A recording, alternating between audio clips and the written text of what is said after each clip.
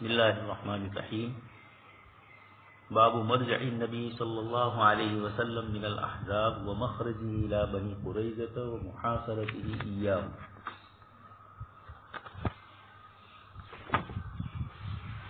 عزیز طلبہ،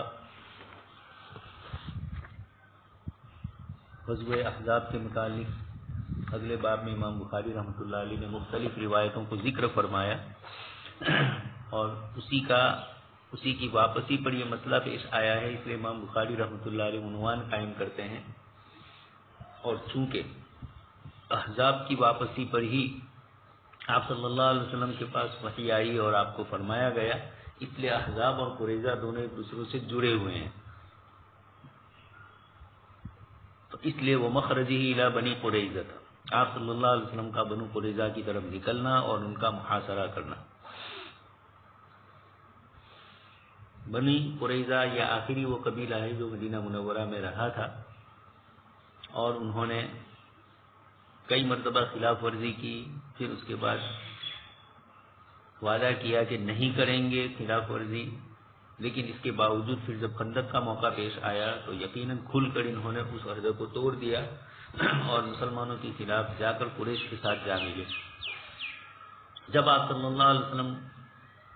احزاب سے واپس آ رہے تھے، پہلی روایت ہے کہ جب آپ صلی اللہ علیہ وسلم خندق سے واپس آ رہے ہیں، وضع السلاح واغتسل، ہتھیار رکھے اور آپ نے غسل فرمایا۔ حضرت جبرائیل علیہ السلام تشریف لائے اور یہ فرمایا کہ آپ نے تو ہتھیار رکھ دیے ہیں، واللہ ما وضعناہ، لیکن ہم فرشتوں نے نہیں رکھے ہیں۔ اخرج الیہم، اللہ پاک کا حکم ہے کہ آپ بنی قریظہ کی طرف تشریف لے جائیے۔ پہلے تو الیہم فرمایا، قال فإلی أین، آپ صلی اللہ علیہ وسلم نے فرمایا کہ کہاں؟ قال ہا ہنا، جبرائیل علیہ السلام نے فرمایا یہاں، اور اشارہ کیا بنو قریظہ کی طرف۔ فخرج النبی صلی اللہ علیہ وسلم الیہم، چونکہ اخرج الیہم میں بھی بات تو سمجھ میں آ رہی تھی، لیکن مزید وضاحت کے لیے آپ صلی اللہ علیہ وسلم نے الی أین فرمایا، اس لیے کہ جہاد کے لیے جانا تھا۔ اللہ تبارک و تعالیٰ کا صریح حکم کس موقع کے لیے کیا ہے اور کس طرف جانا ہے، اس نسبت سے آپ صلی اللہ علیہ وسلم نے مزید وضاحت حاصل کر لی۔ اور پھر اس کے بعد آپ صلی اللہ علیہ وسلم نے صحابہ کرام میں اعلان فرمایا کہ عصر کی نماز بنو قریظہ میں جا کر پڑھنی ہے۔ آگے روایت آ رہی ہے، آپ صلی اللہ علیہ وسلم اور صحابہ کرام نے وہیں عصر کی نماز پڑھی، مقصد تھا کہ جلدی سے وہاں پہنچ جائے۔ 3000 کا لشکر مسلمانوں کا وہاں پہنچا اور 25 دن تک ان کا محاصرہ ہوا۔ محاصرہ کے دوران پھر بنو قریظہ کا سردار کعب بن اسد، اس نے بنی قریظہ کو جمع کیا اور یہ کہا کہ میں تمہارا سردار ہوں، میں تمہیں چند باتوں کی نصیحت کرتا ہوں کہ ان میں سے کوئی ایک اپنا لے۔ ہم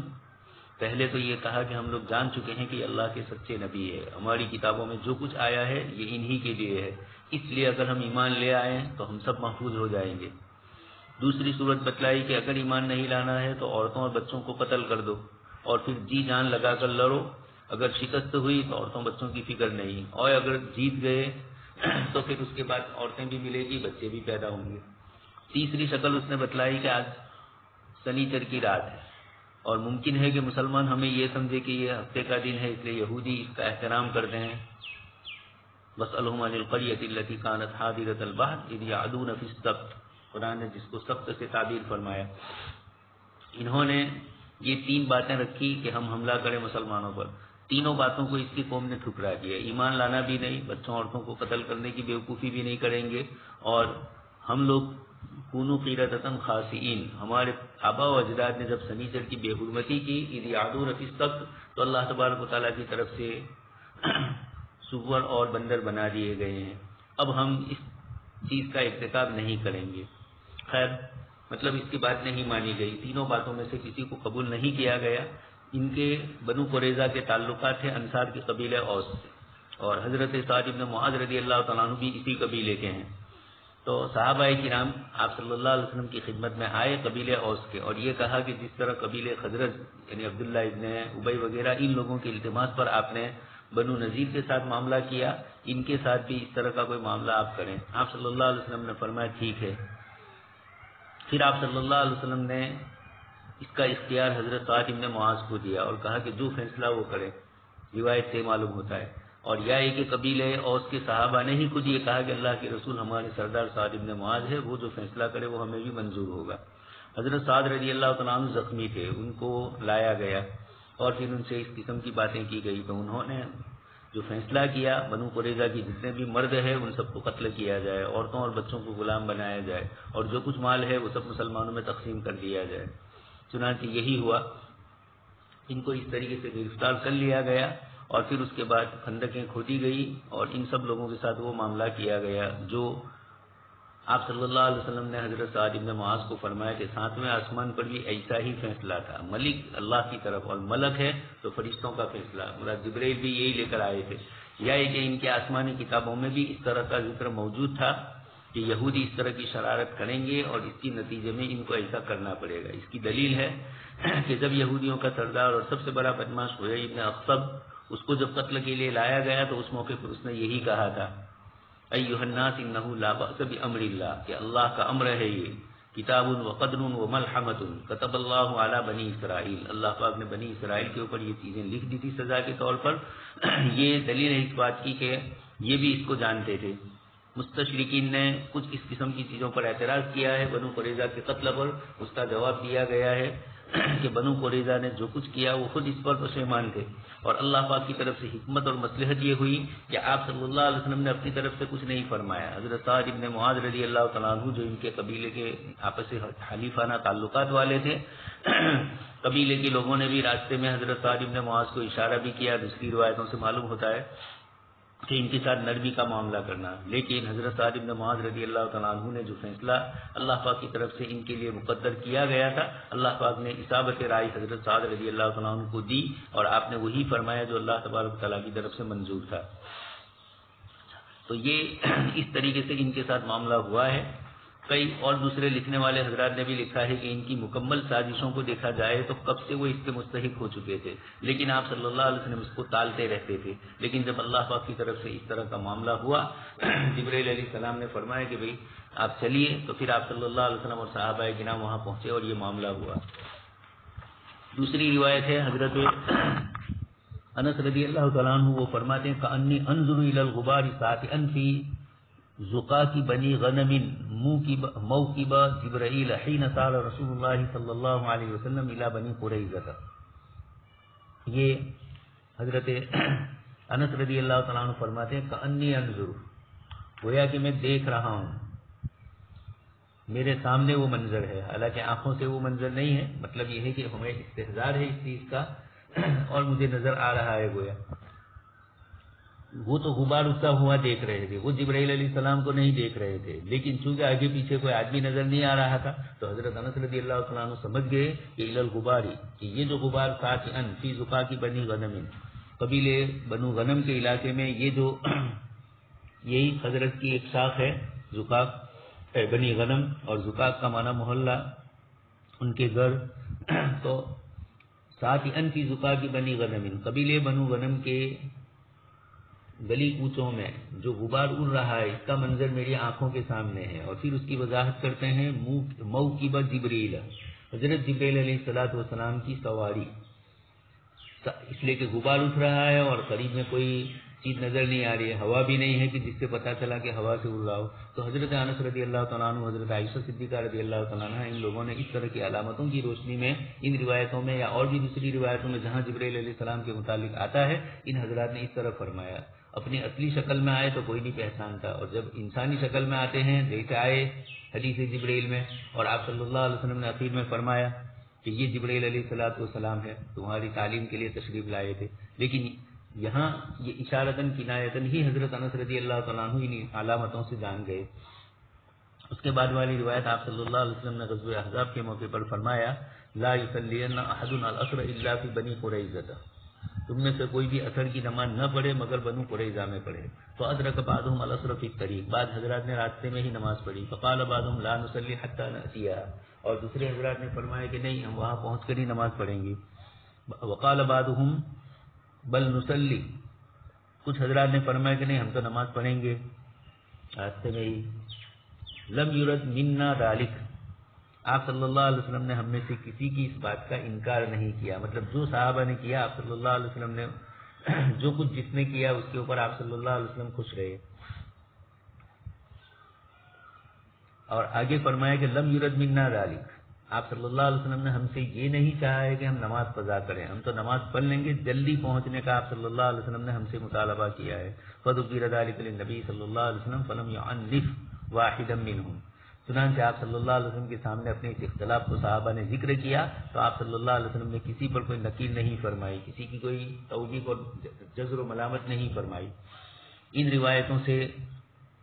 اصول فقہ میں بہت سارے مسائل مستنبط ہوتے ہیں. اصولیین اور مقاصد شریعت کے علماء اسی قسم کی روایتوں کو بنیاد بنا کر کئی مسائل میں استنباط اور استدلالات کے سلسلے میں گفتگو کرتے ہیں.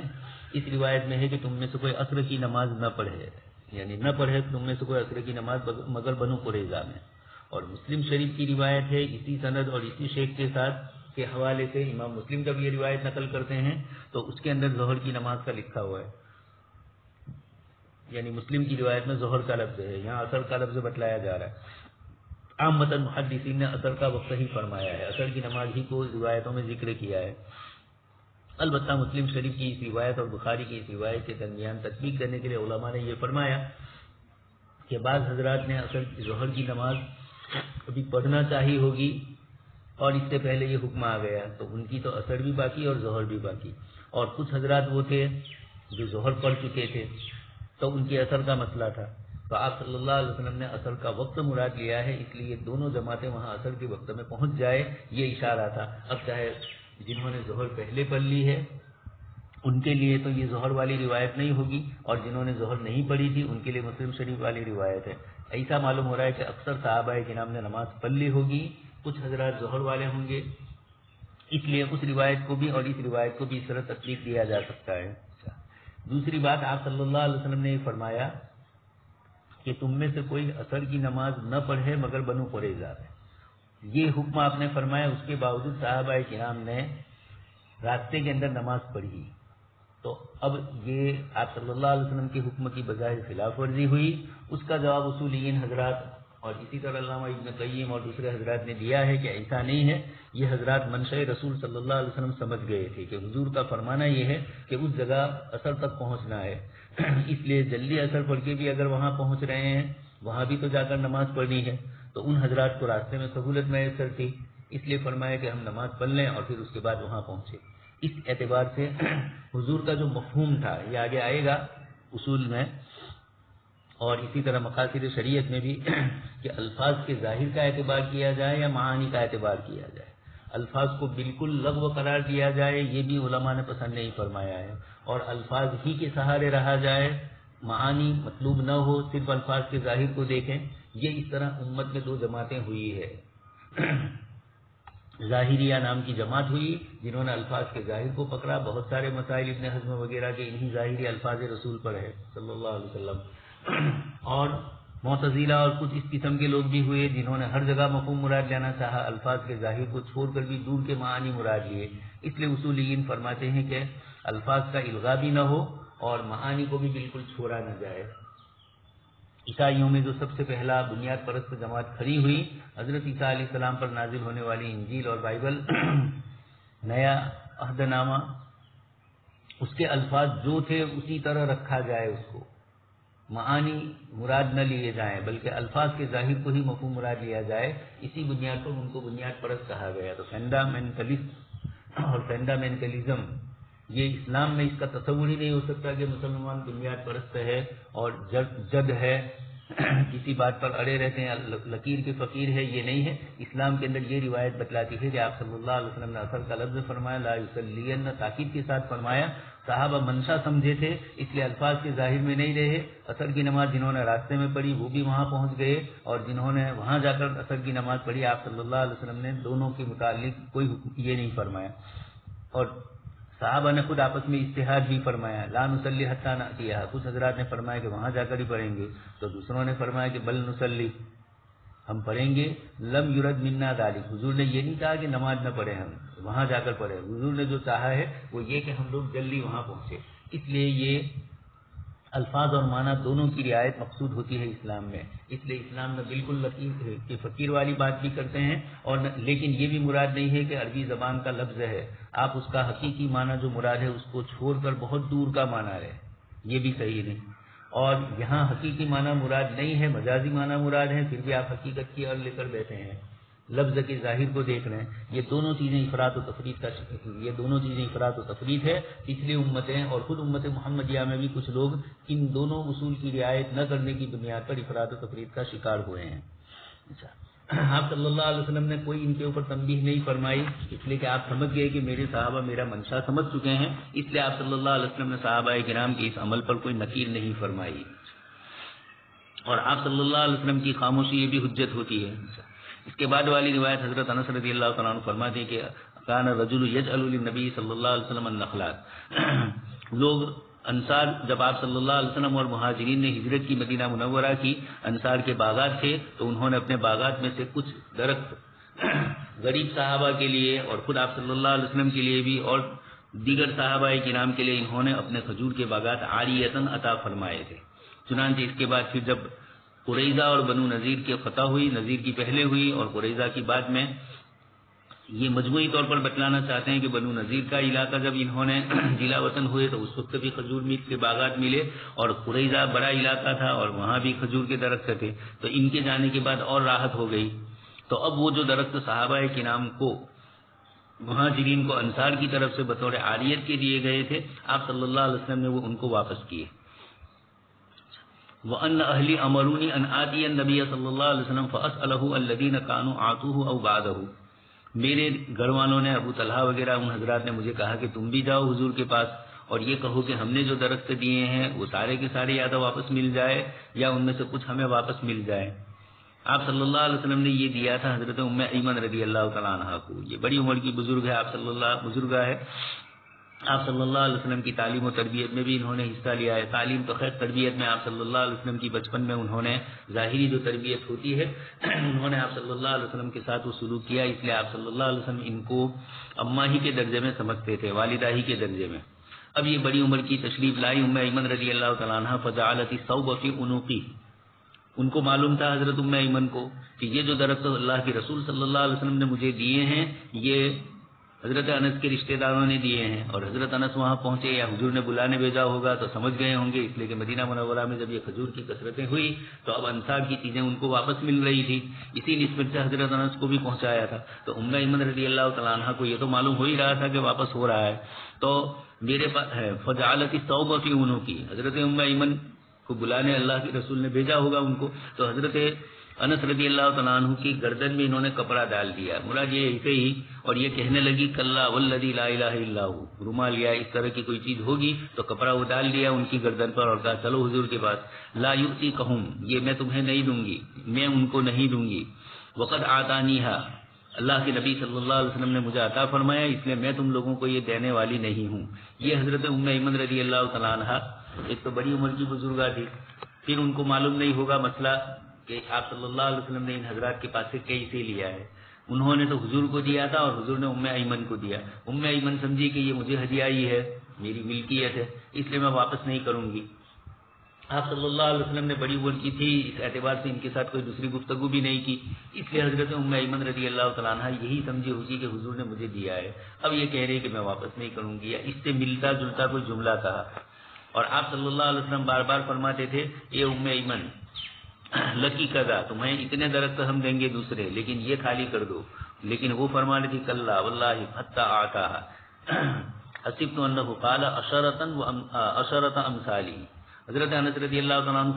فرماتے ہیں کہ مسلسل آپ صلی اللہ علیہ وسلم فرماتے رہے لیکن ام ایمن رضی اللہ تعالیٰ عنہ انکار کرتی رہی، یہاں تک کہ ایک کے بدلے میں 10 اس کے مانند آپ صلی اللہ علیہ وسلم نے عطا فرمائے، تو ام ایمن رضی اللہ تعالیٰ عنہ راضی ہو گئی ہوگی۔ خیر بڑی عمر کا تقاضا بھی کچھ ہوتا ہے، اس وقت کی چیزیں اسی وقت سمجھ میں آتی ہے، ابھی جوانی میں سمجھ میں نہیں آتی ہے، ہر چیز کا اپنا ایک موقع ہوتا ہے، وہ چیز وہیں اور وہی آدمی سمجھتا ہے، وہی ان چیزوں کی حقیقت۔ آپ صلی اللہ علیہ وسلم نے ان کا احترام فرمایا۔ پھر اس میں مسئلہ آیا کہ آیا کسی کو ہدیہ دینے کے بعد اس کو واپس کیا جا سکتا ہے؟ نہیں، یعنی رجوع فی الہبہ احناف کے یہاں جائز ہے، حافظ ابن حجر اسقلانی رحمۃ اللہ علیہ دوسرے حضرات اس کو جائز نہیں سمجھتے، اس لیے وہ کہتے ہیں کہ یہ عاریت پر دیا ہوا تھا، عاریت ہوتی تو آگے ہدیہ حضور نہ کرتے۔ خیر واللہ عالم، چونکہ دونوں طرف اکابر علماء ہے، مجتہدین ہے، اس لیے روایت کے ان دونوں پہلوؤں کی رعایت کرتے ہوئے ہر ایک نے اپنے اپنے اعتبار سے اس مسئلے کو لیا۔ آگے اس طریقے سے عاریت کے مسئلے میں بھی اور الا العرایا وہاں کی بحث میں بھی بیع کے مسئلے میں یہی ہوتی ہے کہ عطیۃ سے یہاں کیا مراد ہے، عطیہ مراد ہے تو عطیہ مالکانہ حق ہے یا صرف عاریت کے طور پر ہے، یہ بحث اس کا اختلاف وہاں بھی آتا ہے۔ حضرت ام ایمن رضی اللہ تعالیٰ عنہ نے آپ صلی اللہ علیہ وسلم ان کو راضی کرنے کی فکر میں تھے۔ اس سے یہ بھی معلوم ہوا کہ بڑی عمر کا آدمی کبھی ضد اور حد درمی کر لیتے ہیں، گھر میں رہنے والے جو بڑی عمر کے حضرات ہوتے ہیں رات دن ان سے پالا پڑتا ہے۔ اس طریقے سے سماج میں بھی بڑی عمر کا کوئی آدمی ہوتا ہے، انجمنیں ہوتی ہیں، تحریکیں ہوتی ہیں اور متولی ہوتے ہیں، بڑی عمر کے ہوتے ہیں، ان کی عمر کچھ ایسی ہو جاتی ہے اب ان کو اس سے ہٹایا بھی نہیں جا سکتا، اور نہ ہٹائیں اور مجلس میں جب وہ گفتگو کرتے ہیں تو بڑھاپے کا اثر اس میں بھی نمایاں ہوتا ہے۔ تو ایسے موقع پر ان کے ساتھ نرمی کا معاملہ کر کے مسئلے کو حل کیا جائے، یا بڑے حضرات اللہ کے نبی صلی اللہ علیہ وسلم نے ام ایمن کی چونکہ رعایت بہت کی، آپ صلی اللہ علیہ وسلم نے ان کے ساتھ اسی طرح رہے، اس لیے آپ صلی اللہ علیہ وسلم کی اس روایت سے ہمیں بھی پتہ چلتا ہے کہ 10 سے ان کو راضی کر لیا، مطلب یہ ہے کہ ان کی رضامندی لیکن شرعی اصول ٹوٹ رہے ہوں تو جائز نہیں ہے۔ یہ ہو سکتا ہے کہ آپ صلی اللہ علیہ وسلم نے عشرۃ امثالھا جو زائد دیے یہ آپ صلی اللہ علیہ وسلم نے اپنے حصے میں سے دیا ہوگا، اس لیے کہ آپ صلی اللہ علیہ وسلم ام ایمن کے مزاج کو بھی جانتے تھے اور اس کے ساتھ ساتھ آپ صلی اللہ علیہ وسلم امت کے بیت المال وغیرہ کے اصول اور ضابطوں کی رعایت بھی کرنا چاہتے تھے۔ سمیت ابا امامہ قال سمیت ابا سعید الخدری، اس کے بعد والی روایت میں حضرت ابو امامہ سے سعد نقل فرماتے ہیں کہ ابو سعید خدری رضی اللہ تعالیٰ عنہ نے ان سے فرمایا کہ نزل اہل قریظہ علی حکم سعد بن معاذ،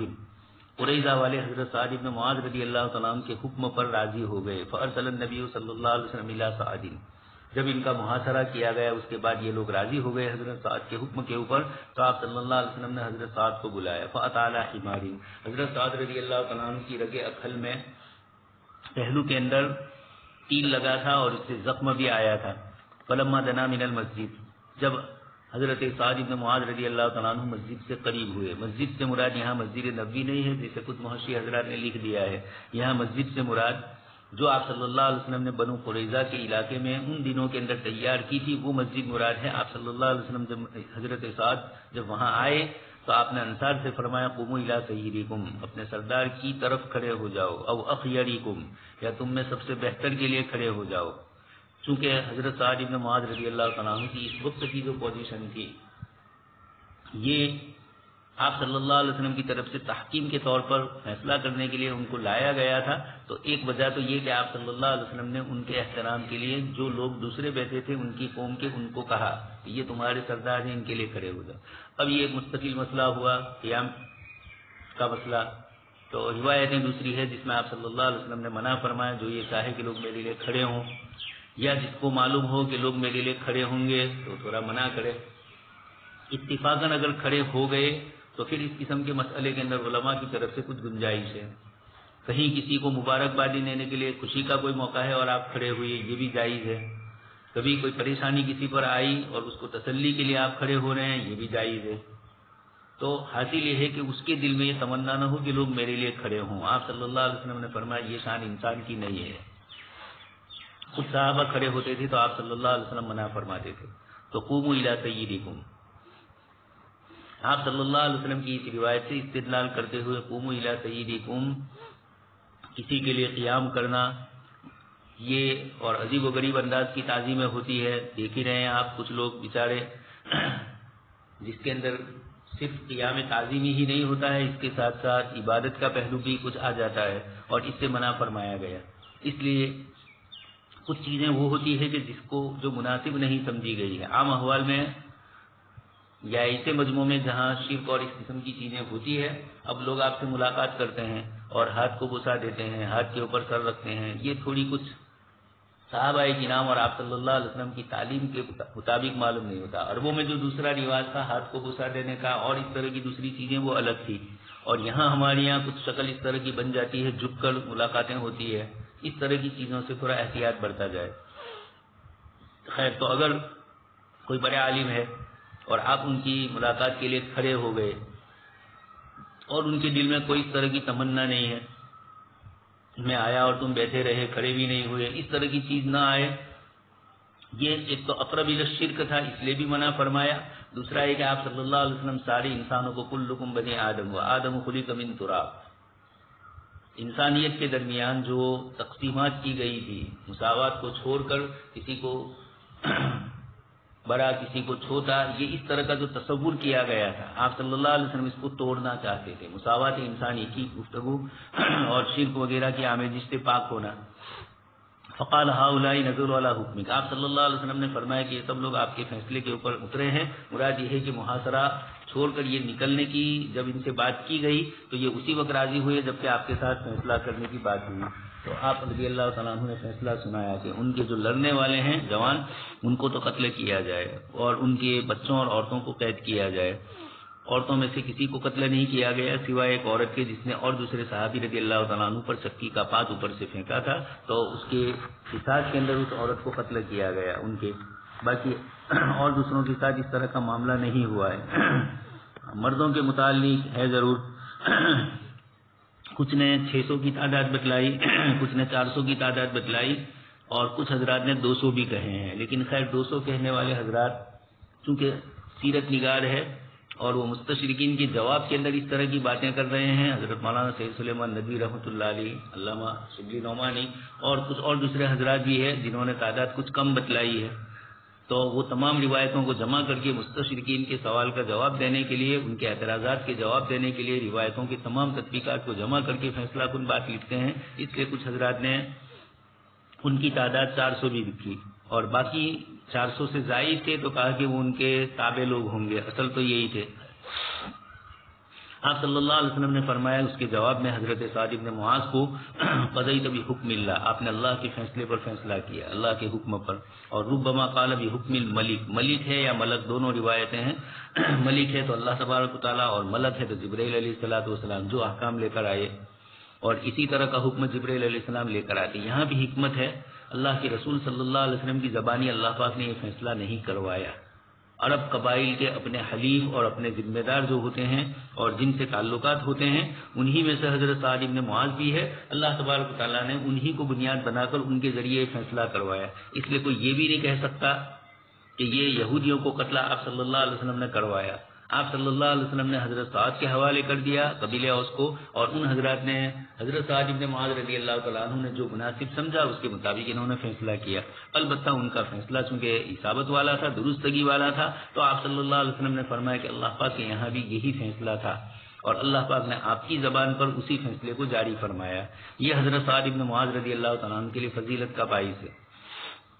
اس کے بعد والی روایت اصیب اسعد یوم الخندق، حضرت سعد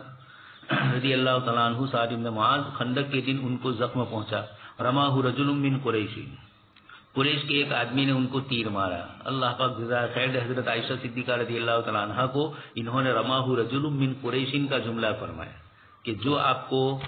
تیر مارنے والا ہے یہ قریشی ہے، یہ کوئی قرظی نہیں ہے، بنو قریظہ کا آدمی نہیں ہے. مستشرقین نے یہاں پر بھی بدمعاشی کی اور یہ کہا کہ حضرت سعد بن معاذ رضی اللہ تعالیٰ عنہ کو چونکہ تیر مارنے والا بنو قریظہ میں سے تھا اس لیے حضرت سعد رضی اللہ تعالیٰ عنہ نے یہ فیصلہ کیا. تو یہ بھی غلط ہے. روایت صاحب بتلاتی ہے رماہ رجل من قریش. مستشرقین کا علم ایسا ہی ہوتا ہے، یا تو حقیقت جاننے کے باوجود گڑبڑ کرتے ہیں یا عام متن یہ لوگ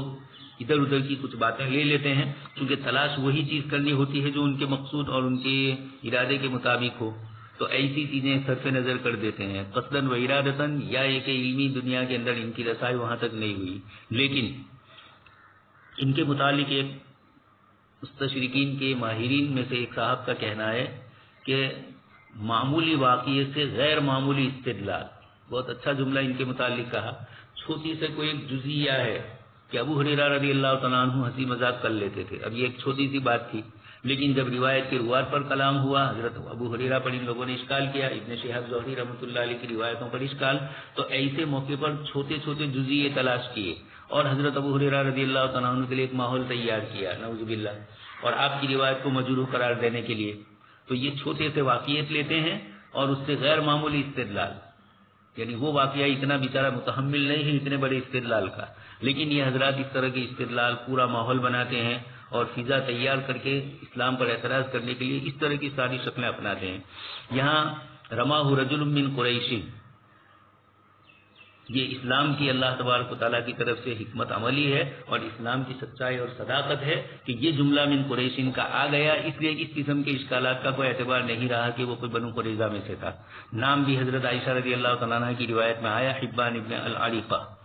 رماہ فی الاکھل، اور آپ کو اس نے بازو میں پہلو کے اندر مارا تھا۔ فضرب النبی صلی اللہ علیہ وسلم خیمۃ فی المسجد، آپ صلی اللہ علیہ وسلم نے وہی جگہ پر ایک خیمہ متعین کیا تھا، لیعودہ فی قریب من قریب، تاکہ قریب سے ان کی عیادت کرے۔ یہاں کچھ حضرات نے مسجد سے مسجد نبی مراد لی ہے، قسطلانی، اور دوسرے حضرات نے ہمارے محشی صاحب کا رجحان بھی اس طرف ہے۔ تو گویا کہ مدینہ منورہ آ گئے تھے اور وہاں پھر فیصلہ آپ صلی اللہ علیہ وسلم نے حضرت اپنی مسجد کے قریب رکھا۔ لیکن آگے کی روایتوں سے بھی تھوڑا یہی محسوس ہوتا ہے کہ جہاں آپ صلی اللہ علیہ وسلم نے بنو قریظہ کے لیے فیصلہ کرنے کے لیے خیمہ گاڑا تھا اور جہاں آپ صلی اللہ علیہ وسلم تشریف فرما تھے وہیں قریب میں، آگے روایت میں اور بھی الفاظ آ رہے ہیں، فلما رجع رسول اللہ صلی اللہ علیہ وسلم من الخندق، اچھا ضرب النبی صلی اللہ علیہ وسلم خیمۃ فی المسجد لیعودہ فی قریب من قریب، ہو سکتا ہے کہ چونکہ یہ خندق کے اندر آپ کو تیر لگا تھا تو اس وقت سے لے کر آئے ان کو، تو آپ صلی اللہ علیہ وسلم نے فرمایا کہ ان کا ایک خیمہ متعین کیا جائے، تیار کیا جائے اور مسجد کے قریب میں ان کا خیمہ ہو تاکہ میں ان کی عیادت کر سکوں۔ ان کے گھر نہیں پہنچایا جو دور تھا اور آپ صلی اللہ علیہ وسلم کے لیے جانا پریشان کن ہوتا۔ فلما رجع، اس لیے اس وقت یہ خندق سے واپسی کا مسئلہ ہے، جب آپ صلی اللہ علیہ وسلم لوٹے تو وضع سلا وقت صلاح، صلی اللہ علیہ وسلم نے ہتھیار رکھ لیے، غسل فرمائے، جبرائیل علیہ السلام آئے اور وہ اپنے سر سے غبار جھاڑ رہے تھے اور یہ فرمایا کہ اللہ کے رسول آپ نے ہتھیار ڈال دیے، اللہ کی قسم ہم نے تو اس کو نہیں رکھے ہیں، اخرج الیہم، تشریف لے جائیے۔ حضور نے فرمایا کہا تو اشارہ کیا بنو قریظہ کی طرف، آپ صلی اللہ علیہ وسلم تشریف لائے اور پھر بنو قریظہ کا محاصرہ ہوا اور فنزلوا علی حکمہ، حضرت سعد کے حکم پر یہ لوگ اترے، مراد یہ ہے کہ اپنے قلعے سے اترے، تو حضرت فرد الحکم الی سعد، حضور نے حکم سعد رضی اللہ عنہ کی طرف لوٹایا۔ یا تو ان کے آدمیوں نے ہی آ کر کہا کہ اللہ کے رسول کچھ کیجیے تو آپ نے فرمایا کہ تمہارے امیر کے حوالے کرتے ہیں، یا آپ صلی اللہ علیہ وسلم نے خود ہی اللہ پاک کی طرف سے حکم آیا ہو تو آپ نے حکم سعد کی طرف لوٹایا۔ حضرت سعد نے فرمایا کہ فإنی أحكم فيهم، میں ان کے متعلق یہ فیصلہ کرتا ہوں کہ ان کے لڑنے والوں کو تو قتل کیا جائے، ان کی عورتوں کو اور بچوں کو قید کیا جائے اور ان کا مال تقسیم کیا جائے۔ روایت کے راوی ہشام فرماتے ہیں حضرت عائشہ رضی اللہ تعالیٰ عنہ نے خبر دی، فأخبرنی ابی عن عائشہ، میرے والد عروہ نے مجھے خبر دی حضرت عائشہ صدیقہ رضی اللہ تعالیٰ عنہ کی نسبت سے، یعنی ان کے واسطے سے، کہ حضرت سعد رضی اللہ تعالیٰ عنہ نے ایک دعا فرمائی تھی، اللهم انك تعلم انه ليس احد احب الي ان اجاهدهم فيك من قوم كذبوا رسولك واخرجوه، اے اللہ آپ جانتے ہیں کہ کوئی بھی میرے نزدیک زیادہ پسندیدہ نہیں ہے، ليس احد احب الي ان اجاهدهم، کہ میں ان سے جہاد کروں آپ کے لیے کسی ایسی قوم کے مقابلے میں جنہوں نے اپنے رسول کی تکذیب کی اور ان کو نکالا۔ مراد یہ ہے کہ میرا مکہ والوں سے جو اختلاف ہے وہ محض محبت رسول صلی اللہ علیہ وسلم کی بنیاد پر ہے، ہم نے آپ کو مدینہ میں پناہ دی، مکہ والوں نے آپ کو نکالا، اس لیے میرے لیے ان کے ساتھ لڑنا یعنی قریش کے ساتھ لڑنا یہ میرے نزدیک سب سے پسندیدہ مشغلہ ہے اور اس کی وجہ بھی حب رسول ہے۔ اللہم فإنی اظن انک قد وضعت الحرب بیننا وبینہم، یہ اللہ میں یہ سمجھ رہا ہوں کہ آپ نے لڑائی ہمارے اور ان کے درمیان رکھ دی ہے۔ فإن كان بقي من حرب قریش شیء، اگر قریش کی لڑائی میں سے کچھ باقی رہا تو آپ مجھے زندہ رکھیے ان کے لیے تاکہ میں ان سے جہاد کروں۔ فی کا بار بار یہ جملہ ہے آپ کی نسبت پر، اور اگر آپ نے لڑائی رکھ دی ہے یعنی لڑائی ختم ہو چکی ہے، پہلے میں ہے فإن كان بقي، لڑائی میں سے کچھ باقی رہا ہے تب تو آپ مجھے زندہ رکھیے، اور اگر آپ کی طرف سے اب لڑائی نہیں ہونے والی ہے، میں نہیں جانتا ہوں کہ اب کیا ہوگا، لیکن جو حالات احزاب کے ہوئے اور آپ صلی اللہ علیہ وسلم نے اس موقع پر جو جملے فرمائے حضرت سعد تک وہ بھی پہنچے ہوں گے کہ اب وہ نہیں آئیں گے ہم جائیں گے، اس لیے حضرت سعد رضی اللہ تعالیٰ عنہ دونوں پہلو کو رکھ رہے ہیں۔ فَفْجُرْهَا، اور اگر آپ نے لڑائی ختم کر دی ہے تو میرے اس زخم کو آپ بہا دیجیے، مراد یہ کہ میرا خون مسلسل جاری ہو جائے، اور وَجْعَلْ مَوْتَتِي فِيهَا، اور میری موت اسی زخم کے ساتھ ہو تاکہ میں شہداء میں شریک ہو جاؤں۔ چنانچہ یہی ہوا، پہلو میں تو زخم لگا ہی تھا، اوپر جو حصہ تھا سینے کا فَانْفَجَرَتْ مِنْ لَبَّتِهِ، سینے کے حصے سے خون بہنے لگا۔ فَلَمْ يَرُحْهُمْ وَفِي الْمَسْجِدِ خَيْمَةٌ مِّن بَنِي غِفَارٍ، یہ تھما نہیں، مسلسل بہتا ہی رہا۔ اور وَفِي الْمَسْجِدِ خَيْمَةٌ، مسجد کے اندر خیمہ لگایا گیا تھا، شاید بنو غفار والے ان سے تعلق والے ہونے کی نسبت کے اوپر ہے. کچھ لوگوں نے اور بھی نام لکھے ہیں. محمد ابن اسحاق نے کہا کہ رفیدہ جو ان کی اہلیہ تھی فلعل زوجها كان من بني غفار، بنو غفار کے ان کے شوہر تھے، اس نسبت سے اس کے لیے کہا کہ یہ خیمے کے اندر بنو غفار کے لوگ تھے. یعنی جہاں خیمہ گاڑا گیا تھا وہیں قریب کے اندر مسجد بھی تھی، وہی آپ صلی اللہ علیہ وسلم اور صحابہ کرام، یا یہ کہ جو ہی مسجد نبی کا مسئلہ تھا یہاں پر پھر وہی مسئلہ آیا تو مسجد نبی کے قریب ہی میں، اس لیے کہ یہ تو خندق سے تو تشریف لا چکے تھے، اس لیے وہاں کے خیمے کا سوال نہیں. کچھ لوگوں نے بنو قریظہ کا خیمہ کہا اور کچھ لوگ کہتے ہیں کہ نہیں مسجد نبی مراد ہے. خیر حاصل یہ ہے کہ یہ حضرت سعد بن معاذ رضی اللہ تعالیٰ عنہ نے اللہ تبارک تعالیٰ سے دعا فرمائی. اس دعا پر یہ اشکال نہ ہو کہ حضرت سعد رضی اللہ تعالیٰ عنہ نے موت مانگی. موت تو مانگی نہیں جاتی ہے. اللہم اگر آپ میرے حق میں خیر سمجھتے ہیں اس طرح کی دعا کی جاتی ہے. حضرت سعد رضی اللہ تعالیٰ عنہ نے بھی یہی فرمایا کہ ظاہری احوال سے مجھے اب یہ محسوس ہو رہا ہے کہ مشرکین اب آئیں گے نہیں، کمر ٹوٹ چکی ہیں ان کی، اس لیے اب تو ہم ہی جائیں گے. لیکن اگر شاید کچھ باقی رہ گیا ہو فإنی اظن انک، تو آپ ہمارے لیے اس مسئلے کے اندر یہ فیصلہ کیجئے تو اس کی بنیاد کے اوپر میں وہ کروں جو آپ چاہ رہے ہیں. اور اس طریقے سے آپ نے دعا فرمائی اللہم فإنی اظن انک قد وضعت الحرب بیننا وبینہم فإن کان بقی من حرب قریش. تو حضرت سعد بن معاذ رضی اللہ تعالیٰ عنہ نے غزوے سے پہلو تہی نہیں کی ہے اور خود کی موت نہیں مانگی ہے، بلکہ یہ فرمایا کہ قریش سے مقابلہ یہ میرا سب سے بڑا کام ہے. اب جب یہ مقصد پورا ہو گیا ہے آپ کی طرف سے تو مجھے اٹھا لیجئے اور مجھے اس واقعے کی بنیاد پر شہادت کا ثواب ملے گا کہ میں عین معرکے کے اندر زخمی ہوا ہوں خندق کے اندر، اور اسی کے نتیجے کے اندر میری موت واقع ہو تاکہ مجھے شہادت نصیب ہو. اور اگر قریش کے ساتھ لڑائی باقی ہے تو آپ مجھے زندہ رکھیے، اس لیے کہ میرا تو مقصد ہی وہ ہے. خیر یہ دعا فرمائی اور پھر خود بخود اللہ پاک کی طرف سے ان کے لیے انتظام ہو گیا. خون بہنے لگا اور پھر اس کے بعد ان کا انتقال ہو گیا. خون اتنی کثرت سے بہا کہ مسجد میں جو خیمہ لگایا تھا بنی غفار کا الا الدم یسیل الیہ، یہ لوگ ان کی طرف اتفاق سے خون بہنے لگا. حضرت سعد رضی اللہ تعالیٰ عنہ کا جو خیمہ تھا اور جہاں آپ کو رکھا گیا تھا اس کے قریب کے اندر ہی یہ لوگ تھے. تو فقالوا یا اہل الخیمہ، انہوں نے آواز لگائی ما ھذا الذی اتینا من قبلکم، یہ کیا ہو چیز ہے جو ہمارے پاس تمہاری طرف سے آ رہی ہے، مراد یہ کہ یہ خون جو بہہ رہا ہے کیا ہوا. اب دیکھنے گئے تو فیدا سعد یغزو جرحہ دمن، دیکھا کہ آپ کا جو زخم ہے مسلسل اس سے خون بہہ رہا ہے. فمات منہا، اسی میں آپ کا انتقال ہو گیا. یہ بتلایا گیا کہ اس طریقے سے حضرت سعد بن معاذ رضی اللہ تعالیٰ عنہ کو اللہ تبارک تعالیٰ نے شہادت سے سرفراز فرمایا. تو حضرت سعد رضی اللہ تعالیٰ عنہ نے یہ دعائیں اللہ تبارک تعالیٰ سے مانگی، مستجاب الدعوات تھے. اللہ تبارک تعالیٰ نے ان کی دعاؤں کو قبول فرمایا. اور اس طریقے سے تو یہ مسجد والے بھی ڈرنے لگے کہ یہ کہاں سے یہ آیا خون. اللہ تبارک تعالیٰ نے چونکہ بدن سے سارا خون بہنے لگا اور خون کے فوارے چھوٹ رہے تھے، اللہ تبارک تعالیٰ نے اسی طرح اپنے نبی کے شہر ہی میں ان کو شہادت کی توفیق نصیب فرمائی. خندق میں یہ واقعہ پیش آیا اور اللہ تبارک تعالیٰ نے آپ کو یہاں موت نصیب فرمائی. اس طریقے سے حضرت سعد رضی اللہ تعالیٰ عنہ جو انصار کے قبیلے اوس کے سردار، اللہ پاک نے بہت ساری شرافتوں سے فضیلتوں سے آپ کو نوازا ہے. اور حضرت سعد رضی اللہ تعالیٰ عنہ کی اللہ تبارک تعالیٰ نے دعائیں قبول فرمائی اور حضرت سعد رضی اللہ تعالیٰ عنہ کے انتقال کے اوپر آسمان کے دروازے کھولے گئے. ان کی روح کی آمد سے فرشتے بڑے خوش ہوئے. حافظ ابن کثیر رحمۃ اللہ علیہ نے لکھا ہے کہ انتقال ہوا تو جنازے میں شرکت کے لیے 70,000 فرشتے آسمان سے آئے، اس سے پہلے کبھی نہیں اترے تھے. اور بھی اہتز لہ عرش الرحمن کے الفاظ بھی حدیث شریف میں آتے ہیں، آپ کے لیے رحمان کا عرش ہلنے لگا. یہ ان کی تعظیم اور تکریم تھی، اس لیے کہ سردار ہونے کے باوجود محض اللہ کے رسول صلی اللہ علیہ وسلم کی محبت کی بنیاد پر اپنے حلیف قبیلے کے یہودیوں کے ساتھ آپ نے انصاف والا فیصلہ کیا، ان کی فیور والا فیصلہ نہیں کیا. اور اس میں وہ گنہگار ہوتے. اللہ تبارک تعالیٰ نے ایک تو ان کو اس سے بچا لیا اور اللہ پاک کو اتنے محبوب تھے کہ اللہ تبارک تعالیٰ نے ان کے پاس وہی فیصلہ کروایا جو اللہ تبارک تعالیٰ کے یہاں تھا. آگے والی روایت ہے انہ سمیع البراء قال قال النبی صلی اللہ علیہ وسلم لحسان احجہم او حاجہم وجبریل معک.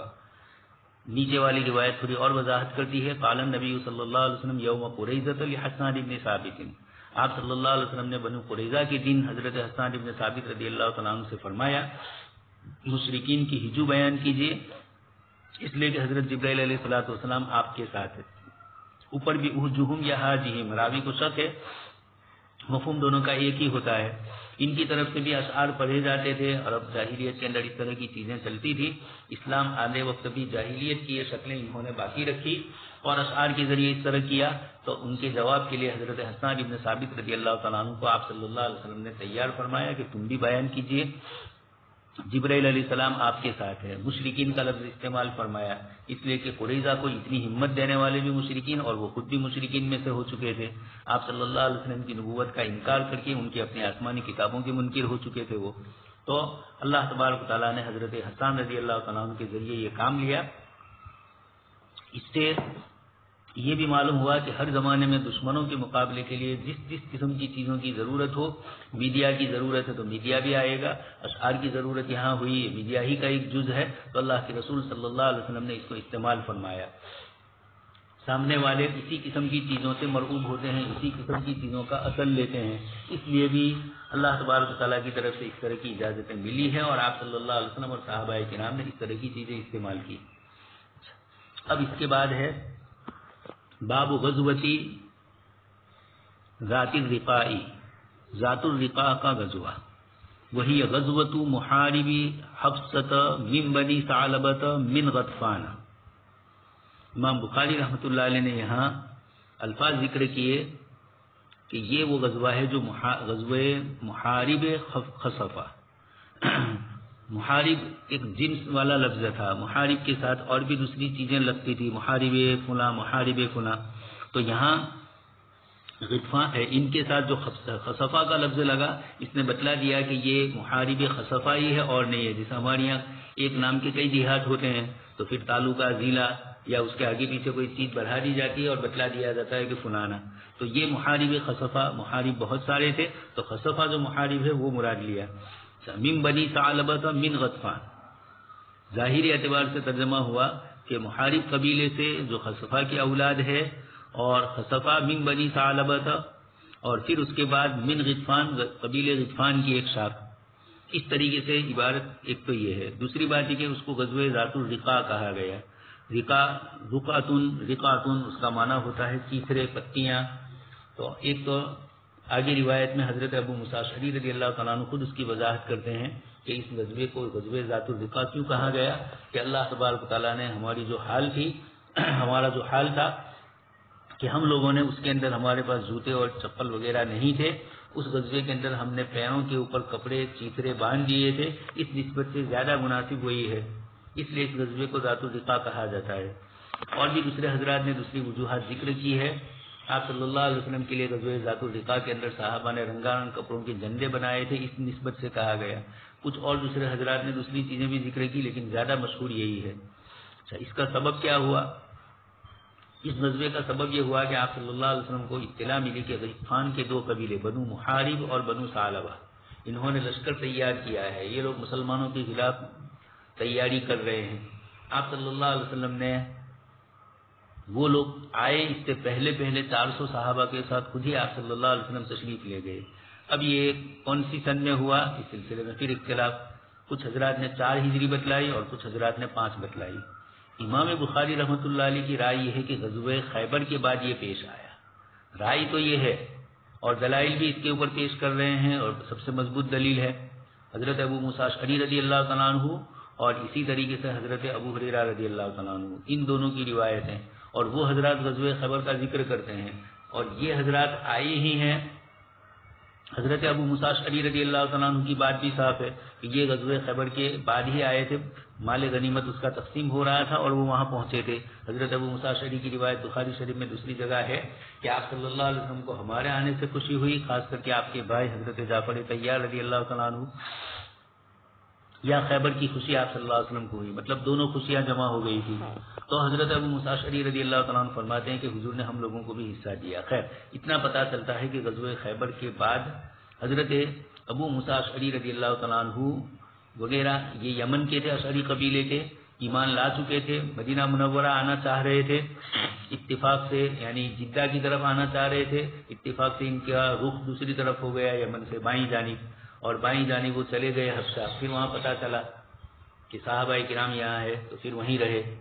اور پھر اس کے بعد حضرت جعفر کے ساتھ یہ حضرات بھی واپس آئے. تو یہ وہ موقع تھا جو خیبر کے بعد کا ہے. اس لیے امام بخاری رحمۃ اللہ علیہ فرماتے ہیں کہ چونکہ حضرت ابو موسیٰ اشعری غزوہ ذات الرقاع میں اپنی شرکت کو بتلا رہے ہیں کہ یہ چیترے ہم نے باندھے تھے، یہ ان کی عملی شرکت ہے اور ان کا آنا اس سے پہلے ثابت نہیں ہے، اس لیے یہ استدلال کیا کہ ان کا آنا بھی انہی دنوں میں تھا. خیر، تو حضرت ابو موسیٰ اشعری رضی اللہ تعالیٰ عنہ شریک تھے، یہ امام بخاری رحمۃ اللہ علیہ کی دلیل ہے. لیکن امام بخاری نے پھر بھی اس روایت کو یہاں ذکر کر دیا. امام بخاری رحمۃ اللہ علیہ کی عادت ہے کہ عام محدثین کا طریقہ وہ نہیں اپناتے ہیں. عام حضرات تو غزوہ ذات الرقاع کو وہاں نقل کرتے ہیں جہاں ہے، اور جو امام بخاری بھی جن کو دلیلوں سے ثابت کریں گے، لیکن اس کے باوجود اس کو یہاں ذکر کر دیا اختلاف کی طرف اشارہ کرنے کے لیے، اور اپنے رجحان کو عبارتوں سے انہوں نے واضح کیا. اس طریقے سے امام بخاری رحمۃ اللہ علیہ ایک تو ابو موسیٰ اشعری کی دلیل، دوسرا حضرت ابو ہریرہ رضی اللہ تعالیٰ عنہ کی دلیل، اور دوسرے حضرات نے بھی دوسری دلیلیں مانی ہے جن کے اندر پتہ چلتا ہے کہ غزوہ عثمان حدیبیہ کے بعد ہوا. تو اس اعتبار سے ابن تیمیہ اور دوسرے حضرات ہیں، علامہ تقی الدین سبکی وغیرہ، ان حضرات نے بھی امام بخاری ہی کے رجحان کو واضح کیا ہے. کچھ حضرات نے اور بھی جواب دیے ہیں کہ ذات الرقاع یہ کئی واقعات پیش آئے ہیں، ایک مرتبہ نہیں ہوا ہے، اس لیے پہلے غزوہ ذات الرقاع کا ذکر الگ ہے اور حضرت ابو موسیٰ اشعری نے جس کا ذکر کیا وہ دوسرا ہے. اس طریقے سے وہ حضرات امام بخاری نے جو یہاں اس روایت کو ذکر کیا اس کی بنیاد پر وہ کہہ رہے ہیں. حالانکہ امام بخاری ذکر یہاں کر رہے ہیں لیکن واضح کر رہے ہیں آگے کہ وہ خیبر کے بعد ہوا ہے. فَنَزَلَ نَخْلًا وَهِيَ بَعْدَ خَيْبَرَ لِأَنَّ أَبَا مُوسَىٰ جَاءَ بَعْدَ خَيْبَرَ. یہ عبارت کے ذریعے امام بخاری رحمۃ اللہ علیہ صاحب فرماتے ہیں. دوسری ایک چیز ہے کہ آگے جو ذکر کیا امام بخاری رحمۃ اللہ علیہ نے ترجمۃ الباب میں دو چیزیں ذکر کی، ایک تو غزوہ ذات الرقاع غزوہ خیبر کے بعد ہے، دوسرا یہ ذکر کیا کہ غزوہ ذات الرقاع اور غزوہ محارب خصفہ دونوں ایک غزوہ ہے. آگے تک یہی ثابت کرنا چاہیں گے، اس لیے نیچے بھی یہی لکھا غزوۃ ذات الرقاع اور فوراً اس کے بعد غزوۃ محارب خصفہ، اس کو ساتھ میں ذکر کر رہے ہیں. یہ دو دعوے امام بخاری رحمۃ اللہ علیہ نے اپنی کتاب میں آگے تک کرتے رہیں گے. اچھا، پھر ایک لفظ ہے محارب خصفہ من بنی ثعلبۃ من غطفان. یہ عبارت کے اندر بظاہر وہم ہو رہا ہے کہ محارب ابن خصفہ یہ ثعلبہ کی اولاد میں سے ہے اور ثعلبہ محارب کے دادا ہے، اور پھر اس کے بعد آگے من غطفان کا لفظ بھی آیا. حالانکہ ایسا نہیں ہے، ثعلبہ یہ محارب کے دادا نہیں ہے بلکہ ثعلبہ بھی غطفان کی اولاد میں سے، اور غطفان اور محارب دونوں چچازاد بھائی. غطفان سعد بن قیس کے بیٹے ہیں اور محارب خصفہ بن قیس کے بیٹے ہیں. اس طرح سعد اور خصفہ دونوں بھائی ہوئے، اور غطفان بن سعد بن قیس اور محارب خصفہ بن قیس آپس میں چچازاد بھائی ہوئے. اس لیے من بنی ثعلبۃ کے بجائے صرف وہ بنی ثعلبۃ ہوتا، خصفہ وہ بنی ثعلبۃ، تو پوری بات واضح ہو جاتی. آگے اس کے بعد نخلن کا ذکر کیا ہے، اس کو بطن نخل بھی کہتے ہیں. یہ جگہ بھی غطفان کے علاقے میں ہی آئی. سارا کا سارا یہ اور بھی دوسری غزوہ ذات الخیرہ کو بھی ذکر کریں گے، اور بھی دوسرے کچھ چھوٹے موٹے جو ان کے ساتھ ہوئے ہیں معاملے اس کو بھی ذکر کرتے ہیں. ان سب کو ذکر کر کے یہ ثابت کرنا چاہتے ہیں کہ یہ سب قریب قریب میں عثمان کے علاقے اور نجد کے اس علاقے میں ہی یہ سارے واقعات پیش آئے ہیں. سبحان اللہ و بحمدہ، سبحانک اللہم و بحمدک، نشہد ان لا الہ الا انت، نستغفرک.